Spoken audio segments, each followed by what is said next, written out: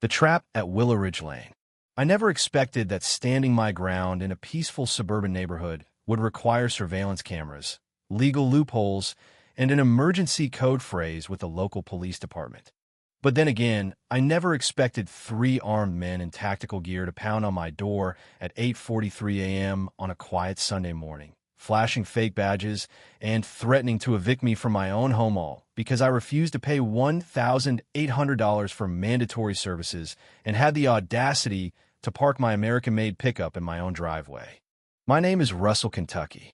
After 35 years working as a construction foreman, I finally retired with enough in savings to buy my dream home in Willow Ridge, Estatesa, charming little community in northern Georgia with clean sidewalks, tall maples lining every street, and neighbors who still wave from their porches. I paid for the house in full, no mortgage. I thought I'd found peace. For the first 6 months, it felt like paradise. Barbecues on Saturdays, kids riding bikes until sundown, and the kind of tranquility I hadn't known in decades. That illusion shattered the day Victor Mallory and his HOA board seized control of the neighborhood through what could only be described as a stealth election. Victor had moved into the neighborhood just 2 months earlier, buying the biggest house at the top of the hill. A former corporate executive with slicked back hair and a voice like a TV news anchor, he introduced himself at the first HOA meeting with all the charm of a man running for office and the cold calculation of someone who already saw everyone else as pawns. Alongside him were Beatrice Landry, a scowling real estate broker, and Felix North, a former bank manager who rarely spoke but never stopped tapping on his iPad. The first meeting under their leadership went 3 hours long, packed with slideshow presentations on elevating neighborhood prestige. They used terms like visual harmony, asset protection, and standardized appeal. I didn't think much of a tunnel. The fines started arriving. First was the $750 notice for parking my F-150 in my own driveway. According to the new aesthetic ordinance, trucks were now considered industrial vehicles that degraded the visual atmosphere. When I called to contest it, Beatrice coolly told me, "Luxury SUVs are allowed, Mr. Gint. Yours is a work truck. There's a clear clientele difference." Days later, more violations came. $500 for non-compliant mailbox height. Another $500 for unauthorized landscaping modifications. I checked my original HOA documents. None of these infractions existed in the rules I'd agreed to. The mailbox standard wasn't even in the bylaws. And there were certainly no bans on backyard vegetable gardens. I wasn't alone. My neighbor Eleanor, a retired librarian, was nearly in tears after being fined $120 for excessive holiday decor in April. The Rodriguezes down the block were cited for their kids' basketball hoop, something that had stood untouched for 3 years. None of it made sense, and when we gathered at the next HOA meeting to confront the board, Victor revealed the true play. He announced that, effective immediately, all homeowners were required to use HOA-approved contractors for security, landscaping, and maintenance. Handouts were distributed with company names like Trident Property Maintenance and Clearski Community Services. When I researched them, I discovered shocking prices: $350 per month for mowing alone, $175 for a basic security system, more than triple what I'd been paying. When retired attorney Thomas Blake stood to question the legality of forced vendor contracts, Felix cut off his mic mid-sentence. "You're out of time," Victor said with a smirk, before having 2 polo shirt security officers escort Thomas out.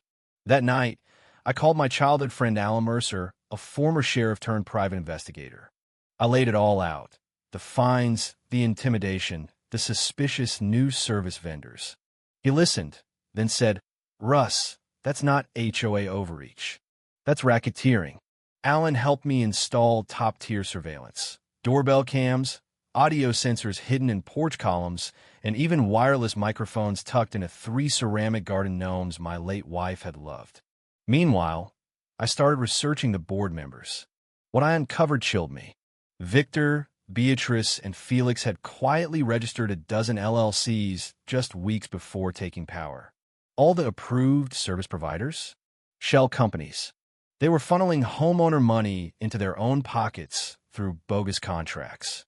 Even worse, Victor had been sued in 2 other counties for similar HOA-based schemes.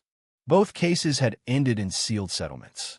We formed a quiet resistance. Thomas provided legal insight. Eleanor and her niece set up a neighborhood communication line. I gathered statements, paperwork, photos, videos.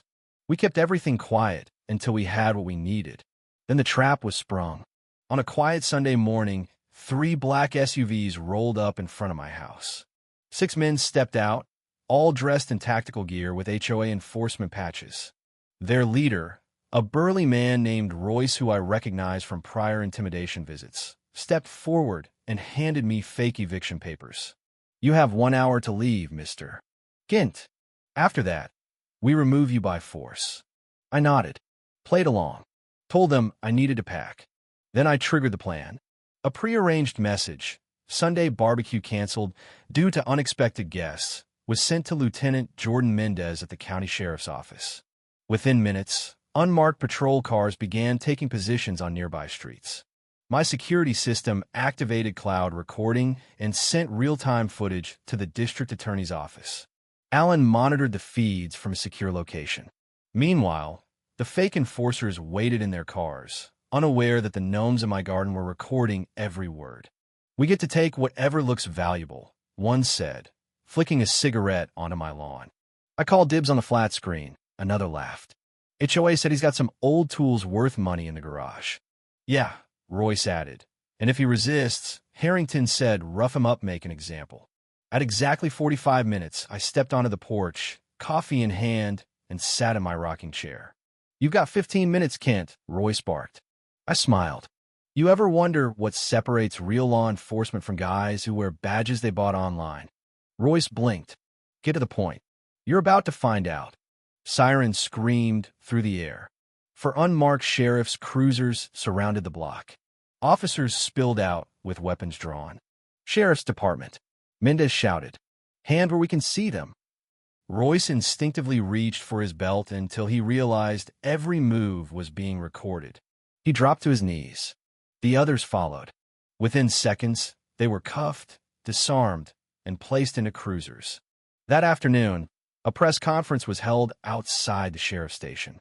"We have arrested 3 individuals for impersonating law enforcement and attempting an unlawful eviction," Lieutenant Mendez announced. "These arrests are part of an ongoing investigation into criminal activity involving HOA leadership in Willow Ridge Estates." Over the next 72 hours, warrants were served at the homes of Victor, Beatrice, and Felix. Investigators uncovered damning evidence, millions in embezzled funds, property theft plans, and dozens of fraudulent liens. Victor Mallory now faces 17 felony charges, including racketeering under RICO statutes. Beatrice and Felix were arrested on charges of fraud, conspiracy, and impersonation. All 12 shell companies were dissolved. Residents got restitution.